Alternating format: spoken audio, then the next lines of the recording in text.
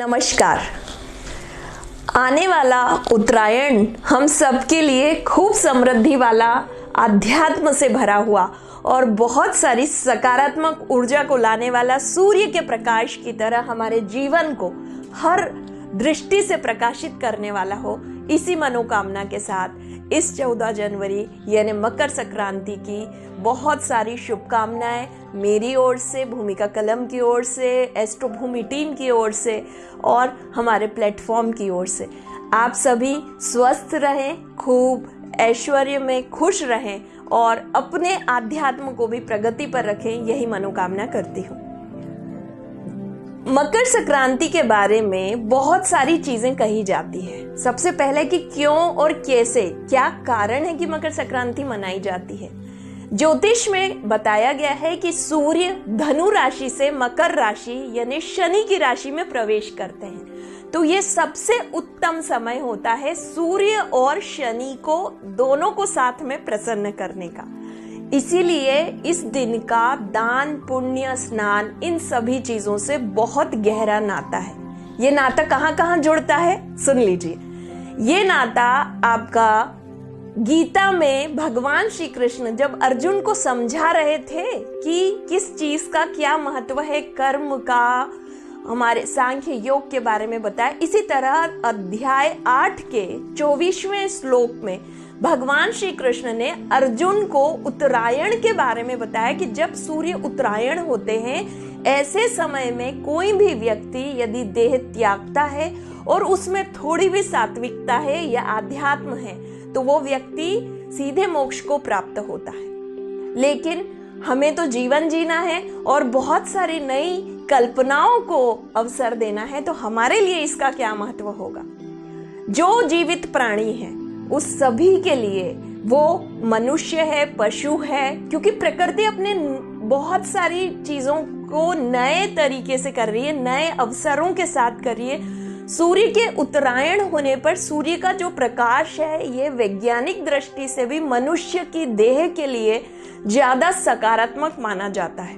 क्या आप जानते हैं इस दिन तिल्ली का जो उपयोग है, ये वैज्ञानिक दृष्टि से बहुत ही महत्वपूर्ण है मनुष्य के शरीर के लिए, और इसीलिए कहा गया है कि तिल गुड़ खाइए, संक्रांति मनाइए। दूसरी खास बात है कि पद्म पुराण में भी इसका बहुत महत्व बताया गया है, संक्रांति के जो दान है उसका। ऐसे समय में हमें सबसे महत्वपूर्ण चीज है जो करनी चाहिए, वो है स्नान और दान। इन दो चीजों का पद्म पुराण में बहुत गहरा महत्व बताया है। और पहला जो चीज बताई गई है स्नान की, कि पवित्र नदियों के जल में स्नान होना चाहिए।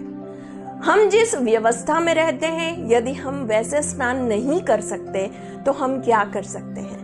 हम पवित्र नदियों का जल यदि हमारे घर है और हम अपने ही घर में उन नदियों के जल को डालकर उसके साथ तिल के कुछ दाने डालें, तिल का तेल 1-2 बूंद डालें और उस जल से हम जब स्नान करेंगे तो हमारी बॉडी की रेजिस्टेंस पावर बढ़ेगी, हमारी जो स्किन से रिलेटेड परेशानियां हैं वो खत्म होंगी। इस दिन पुण्य कार्य करने हैं, तो पुण्य का सबसे बड़ा कार्य है अन्नदान। मतलब सबसे बड़ा दान जो होता है वो अन्नदान।